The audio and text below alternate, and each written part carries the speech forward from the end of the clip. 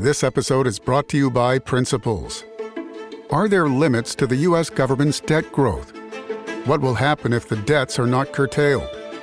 What should policymakers or investors do? Those are urgent questions that legendary investor and New York Times bestselling author Ray Dalio addresses in his new book, How Countries Go Broke: The Big Cycle.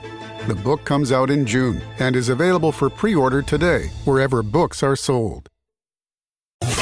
It's The Other Side of Midnight with Frank Morano.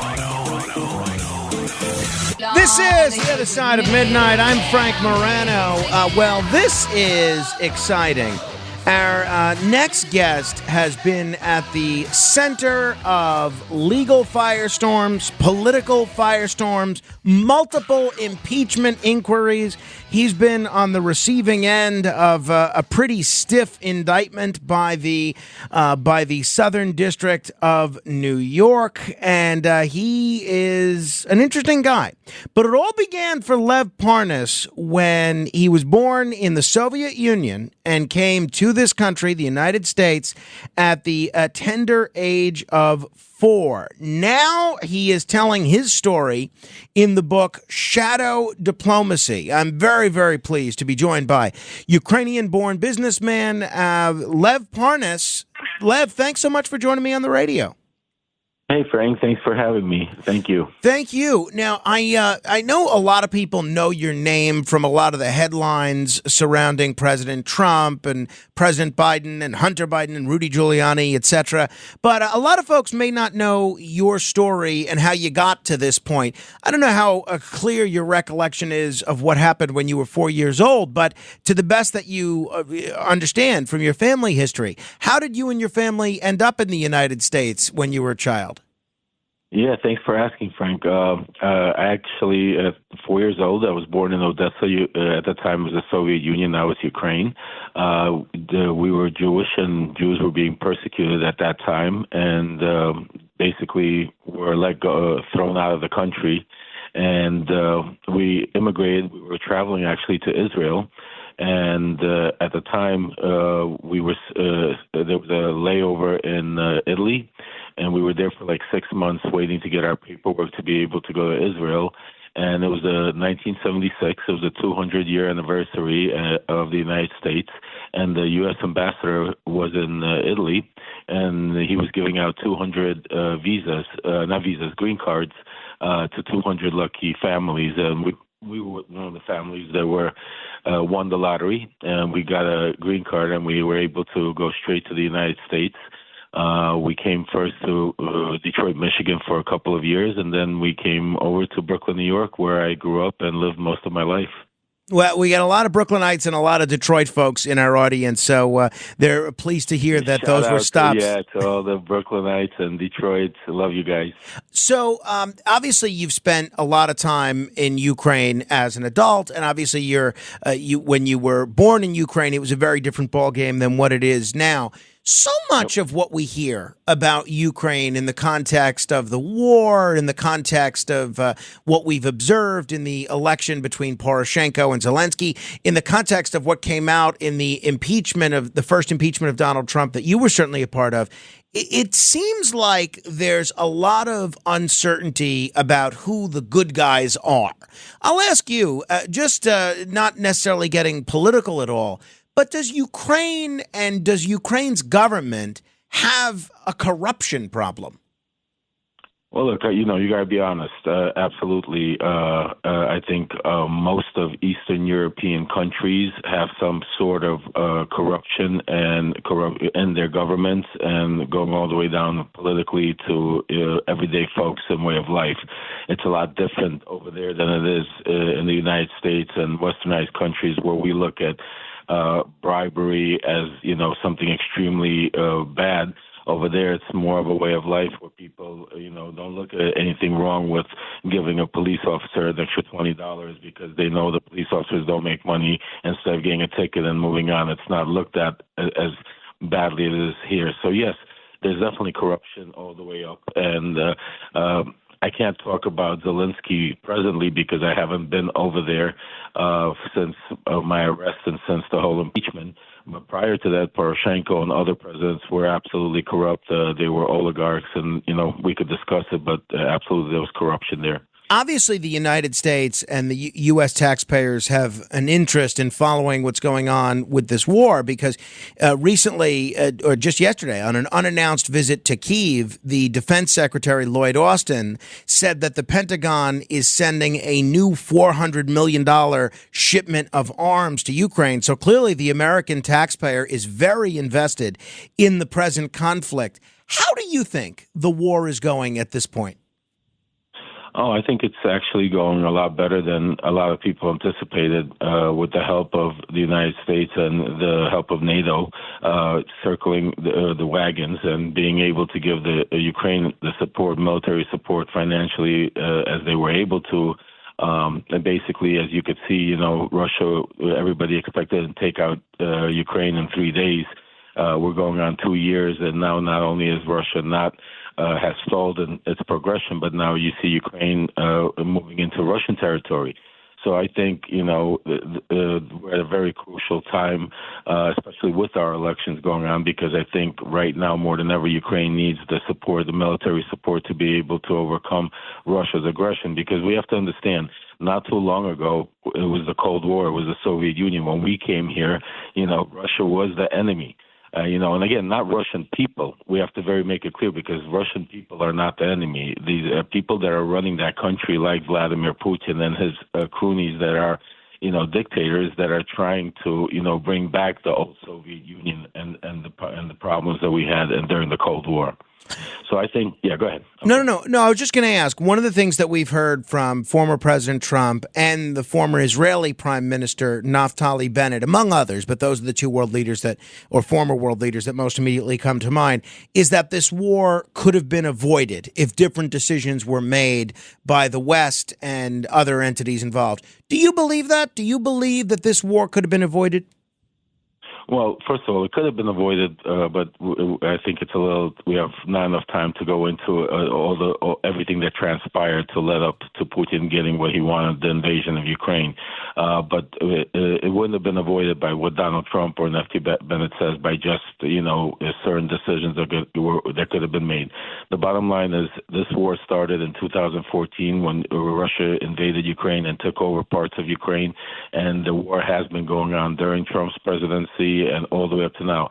The second invasion that happened in 2022 was just a further aggression of what Putin started in 2014 by trying to take over all of Ukraine and making it the old Soviet Union back. Because you got to understand, Russia is not the same powerful Russia that we all think and thought about, and we could see it transporting on life in front of our eyes. Because we all remember the Soviet Union when they were powerful, when they were huge. Russia's not the Soviet Union. All those countries have become split apart, and that's what he's trying to do by getting them back together. So could have the war been avoided? Yes, but it had to have been started way back before even Trump came into office, and none of them did anything to stop it. And if actually, without getting too political, but by Trump going into that whole thing with NATO and putting the pressure he did through me with both presidents of Ukraine and meddling in with the Joe Biden stuff, I think that was a huge acceleration of what allowed Putin to do. And again, not enough time we could go into. I was very privy to a lot of the stuff that Trump and Putin were involved with and their relationship that led to this, what's happening now. And the one thing that's very important for the listeners to understand, when Trump comes out there and says that he'll end this war in 24 hours, the only way he could possibly end this war is by stopping military aid and allowing Putin to take over the country. And that does not benefit the United States. Yes, you might think about taxpayer money that today, where you got to think about 10 years from now, 20 years from now, where will we be if all of a sudden Russia becomes the Soviet Union, aligns with all the other countries? Where will we be? I'm sorry, go ahead. No, it's okay. I want to cover a lot of ground with you. So maybe we can actually do a whole hour on the Russia-Ukraine war one day. But I want to focus on your story here and what you've been through and how you see the present situation. So you've got this new book out, Shadow Diplomacy, where you're telling your story. Why are you telling your story now? What are you hoping people learn from you and learn from reading this? Well, I've been trying to tell my story for the past 4 years. People that know me or don't know me know that my whole battle has been with the Department of Justice, Bill Barr, and Southern District of New York by trying to silence me and basically silence all the evidence that I had and turn me out to be somebody that I wasn't. When I first was arrested, they arrested me on the pretenses that I was a Russian spy. Later, they dropped those charges, and basically I went to trial on election fraud and wire fraud, which had nothing to do with my arrest. Ever since then, I was battling to try to get the evidence and the truth out, what actually transpired, and that I was never working for the Russians, but I was working for Donald Trump and working for Rudy Giuliani, who was godfather to one of my kids at the time. And when I went to prison, I never thought I would ever have the opportunity because I was labeled a liar, I was labeled a criminal, and I never thought that I'd be able to get the story out. So I decided while I was in prison to write the book. I started writing the book, and then when I finished writing the book, I actually got called to Congress to testify in the impeachment, and then I was able to get my movie out. So the book really it talks about a little bit about me, myself, but primarily everything that I witnessed and I've been around in the 6 years that I've been around Donald Trump, from when he first went down the escalator to announce his election to the day, I got arrested on my way to Vienna to get the laptop that eventually came, Hunter Biden's laptop. Okay. You said quite a bit there. As you did allude to, you were found guilty in federal court on 6 counts related to illegal campaign donations. You were sentenced to 20 months in prison. You had 3 years of supervised release. And because so many of the charges that you've been involved with and some of the incidents that you've been involved with have been political, you have been painted as being dishonest by some folks. Congressman Matt Gaetz, for instance, called you a liar at the March impeachment inquiry hearing. Here was Congressman Matt Gaetz, Republican of Florida. Instead of spending 50 years in prison, you got 4 months. As this hearing continues, I look forward to hearing what Mr. Galanis thinks about how he was treated by the DOJ for telling the truth, as opposed to how you're treated for lying. The DOJ didn't listen to the truth, because if they would listen to the truth, the question Mr. Gaetz had is for Mr. Mr. The truth. You can't handle the truth, Matt Gaetz. So let me ask you the question, basically, that I think a lot of listeners are going to be asking. Why should anybody take you seriously? And I don't mean that disrespectfully, but why should folks, given your criminal history, think that you have credibility to speak about the issues that you're speaking on? Oh, absolutely. Great question. And I tell everybody, you don't have to like me. You don't have to agree with what I say. You have to look at the facts. And the facts is I'm the only person that's been inside of Trump world close enough to Donald Trump that has come out with not only what I'm saying and testifying, because you have to understand, testifying in front of Congress under oath, if you lie, it's 5 years in prison.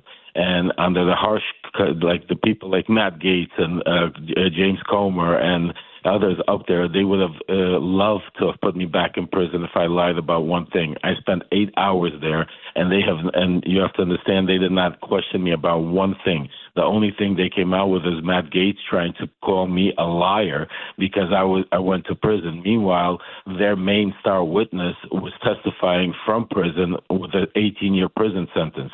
So it just shows you the hypocrisy and the irony in trying to call me a liar. But without that said, look at the facts and the evidence. I brought videotapes that's never been seen before that were secretly recorded by my partner that I didn't even know that we had. I brought text messages. I brought emails. I brought private conversations and recordings and emails from Trump's lawyers. So it's not just what I'm saying. It's factual information that I've also, you have to understand, in Trump's first impeachment, out of the 300 articles of impeachment that was sent over to the Senate, 100 of those evidence were my evidence that I handed over. So it's not, you don't have to believe what I say. Look at the evidence, look at the proof, even the video. If anybody's seen the movie that just came out from Russia with Lev, it was based about my interactions with Donald Trump. You see Donald Trump himself talking about getting rid of the U.S. ambassador just because I told him she doesn't like who he is. So on some stuff that I heard that had no relevancy as a donor sitting at a dinner with him, by just telling him the United States ambassador didn't talk nicely about him, he said, get rid of her. That you don't have to take my word for it. You hear his own words. It's a video recording of him.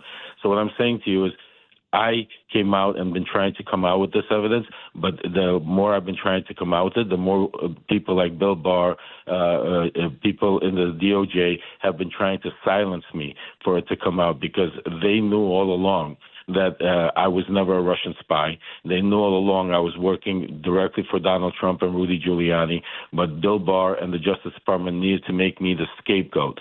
So finally, 4 years later, if you take a look at all of my interviews I've ever done, if you take a look at any of the shows or newspapers and the thousands, there's never been a contradiction from anybody in Trump camp. Even to the fact, guys, Donald Trump has never responded to me. The movie came out. The book has come out. I've testified in Congress under oath, and Donald Trump has never responded, never even called me a liar. The only thing Donald Trump has ever said about me, and I'm the only person in history, is he said that he doesn't know who I am. I might be a fine gentleman. And that was 6 years ago or 5 years ago. No, I remember that. That was it. I remember that. That was it. But that was by it. the way, Think about it, Frank. Never, ever again, not one response to anything, not one testimony, not one article, and there's been thousands of them. Build professional skills this semester with Adobe Creative Cloud and create standout work both in and out of the classroom. Save big on professional creativity tools. Students get 65% off Adobe Creative Cloud, including Photoshop, Illustrator, Premiere Pro, Acrobat Pro, and 20+ creative apps. No matter what project you're working on, Adobe Creative Cloud apps can help you take it to the next level. Visit adobe.com/student to learn more. Fellas, you know Degree Cool Rush deodorant, right? Well, last year they changed the formula, and guys were mad about it. One dude even started a petition. So guess what? Degree heard us, admitted they messed up, and brought the original Cool Rush scent back exactly how it was. And it's in Walmart, Target, and other stores now for under $4. So grab some and remember why its cool, crisp, and fresh scent made it the #1 men's antiperspirant for the last decade. Degree Cool Rush is back, and it smells like victory for all of us. Get ready for Universal Epic Universe, featuring the wizarding world of Harry Potter, Ministry of Magic, and Super Nintendo World. Now open at Universal Orlando Resort. Tickets and packages on sale now at universalorlando.com. Home means something different to everyone. But with Rocket Mortgage, home can mean even more. It can mean a college education, taming your high-interest debt, even a renovation. We've made it easier than ever to use your home equity. That home you worked so hard for, now it can work hard for you. Call 800-4ROCKET or visit rocket.com to find out more. Rocket Mortgage, LLC, licensed in all 50 states. NMLSconsumeraccess.org, number 3030. If people have questions, by the way, we'll give them an opportunity to call in and ask. 646-720-0635, 646-720-0635. We would just ask that they be questions rather than a monologue and then, trying to turn it into a question. As you alluded to, you were very close to Mayor Giuliani. You mentioned that he's godfather to one of your children. That's someone that a lot of Trump supporters still see as a hero. At what point did your relationship with Mayor Giuliani shift? I think I may have even met you at the Grand Havana room with him one night. I'm not sure if that's the case, but I think so. Probably. We spent so many nights there. I'm sure. Why should people believe your current narrative over Mayor Giuliani's? Well, I mean, the narrative, again, it's all factual. Mayor Giuliani's narrative is he doesn't know who I am. So at what point did your relationship sour with Rudy Giuliani? Well, it happened, first of all, when I got arrested. He was not only my like somebody that I consider like a father figure, but he was also my lawyer at the time.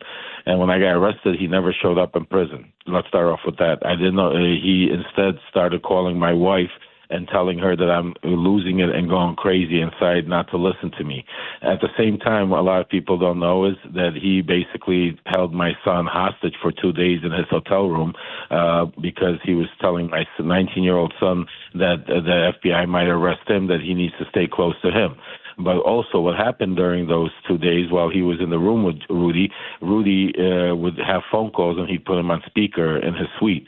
And one of those phone calls was from Jay Sekulow, who's another Trump attorney, telling Rudy that it's time that he needs to walk away from me and that he just came out of the Oval and that they're going to walk away from me like they don't know me.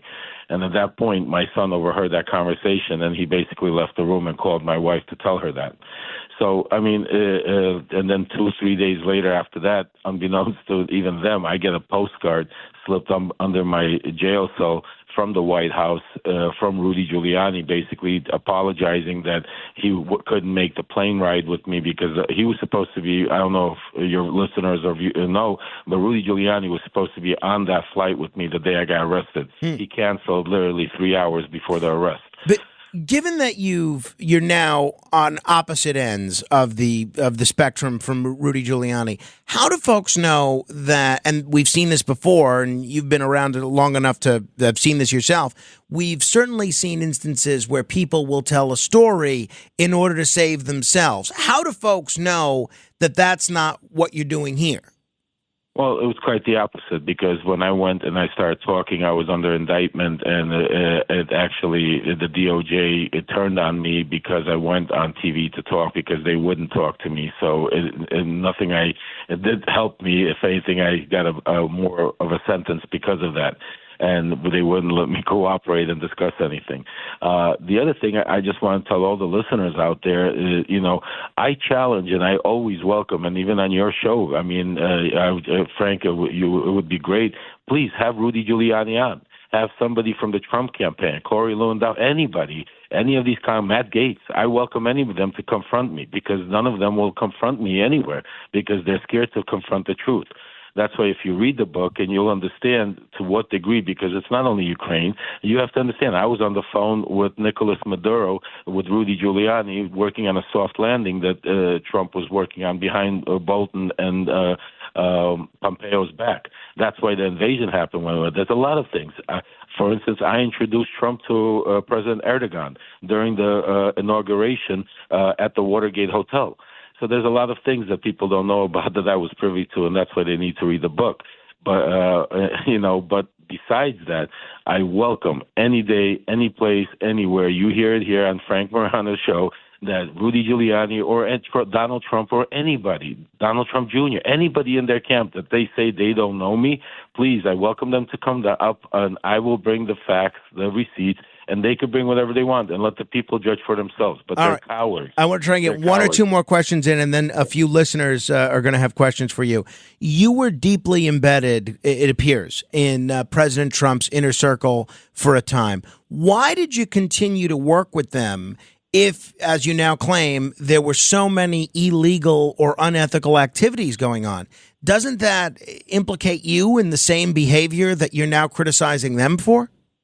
Oh, absolutely. Well, there's two things that happened at that time. First of all, when I was doing it, I didn't think I was doing anything illegal. I thought that the president can't do anything illegal. I thought whatever the president is telling me to do, that's the law. So at that point, I thought I was an American hero. First of all, I truly believed that there was a deep state, that the Bidens were corrupt, and I thought I was going to get the Medal of Honor. I thought I was going to be an American hero to do what the president was asking me to do. But then at some point during this whole thing, when we started hitting that end and not getting the smoking guns or not getting the evidence that we were looking for, it changed from bringing out the facts to all of a sudden pushing out a narrative that wasn't being vetted by people on Fox News and people like John Solomon, Sean Hannity, that started pushing things out that were not getting vetted. But at the time, I couldn't see that because I was so deep in the cult that I couldn't see it myself because I lived that life every day and I lived that information every day. So I believed in it. So it wasn't a matter of it getting vetted. It was a matter of it getting it out because we needed to stop the deep state.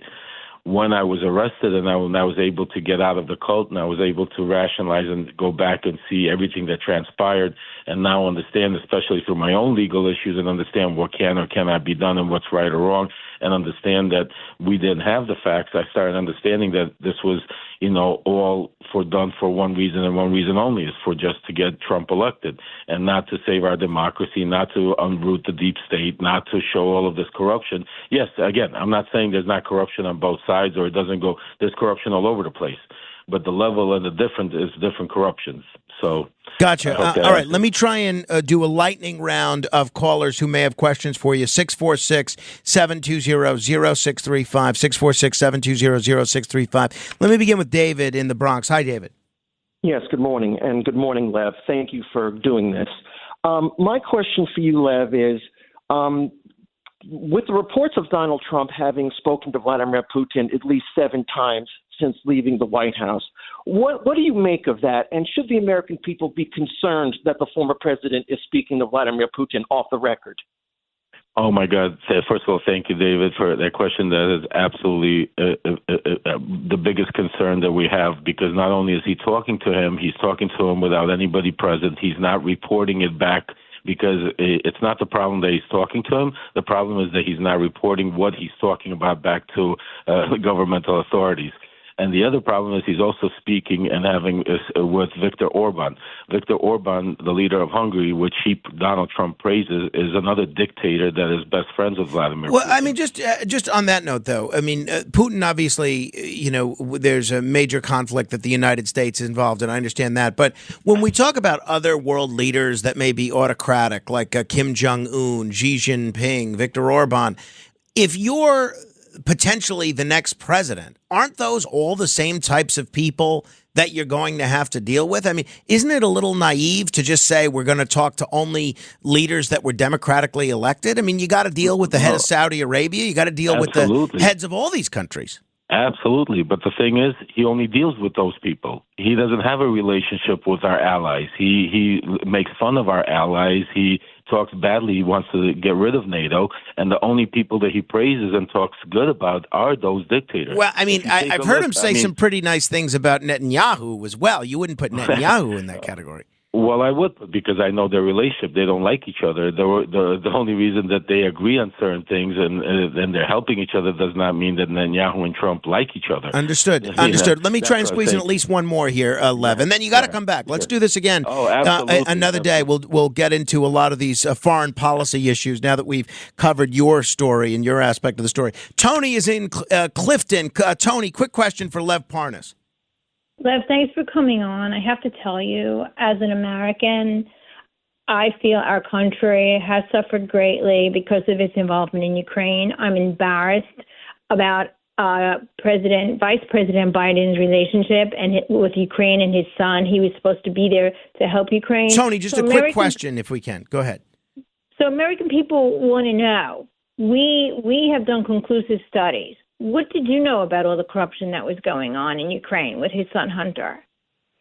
Well, great question, and thank you for asking. And I just searched from head to toe about the corruption, and I'm going to start off with saying Hunter Biden taking the job at Burisma while Vice President Biden was in office was a terrible, should never have happened.